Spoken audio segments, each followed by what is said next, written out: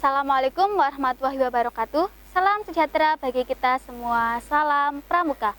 Perkenalkan, saya Ardita Melvinisma dari Ambalan Andanwangi, Gugus Depan Lamongan 160990, Pangkalan SMA Negeri 1 Mantop, nomor urut 11. Di sini saya akan bercerita tentang sebuah kisah dari Dewi Anungsari, yang mana beliau merupakan salah satu tokoh yang tidak asing di kalangan masyarakat, khususnya di Kota Lamongan. Di sebuah bukit yang bernama Gunung Ratu, yang terletak di Desa Cancing, Kecamatan Ngimbang, terdapat sebuah makam milik dari Dewi Anungsari. Dewi Anungsari merupakan selir pertama dari Raden Wijaya.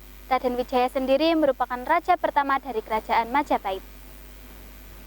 Raden Wijaya memiliki beberapa istri, yaitu Dewi Anungsari dan Dara Petak.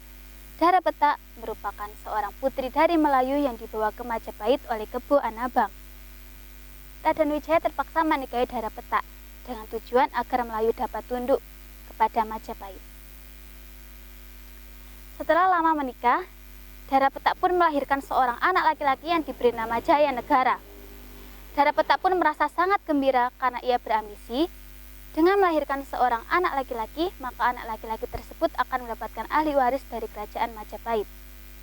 Tetapi Dara Petak pun merasa khawatir ketika ia mengetahui bahwa istri pertama dari Raden Wijaya, yaitu Dewi Anungsari, telah mengandung.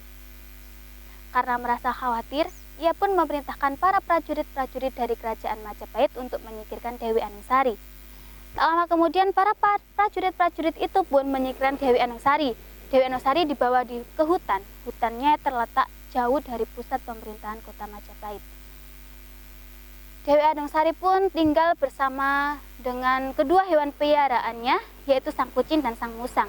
Sang kucing dan sang musang tersebut adalah peliharaan setia dari Dewi Anungsari. Pada suatu ketika, Dewi Anungsari pun melahirkan seorang anak laki-laki. Anak laki-laki tersebut dijaga dan ditemani oleh seekor kucing dan seekor musang.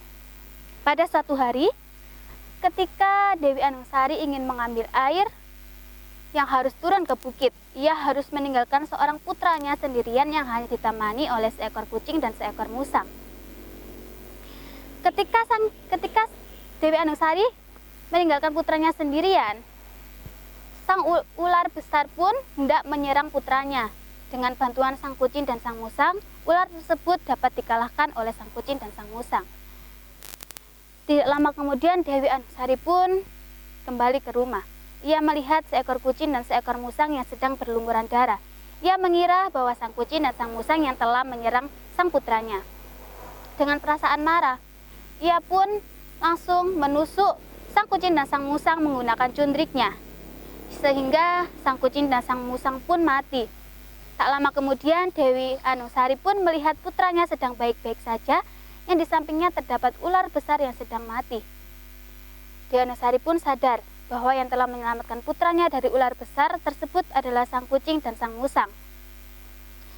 Ia pun menyesal telah membunuh sang kucing dan sang musang. Kemudian ia memeluk sang kucing dan sang musang tersebut.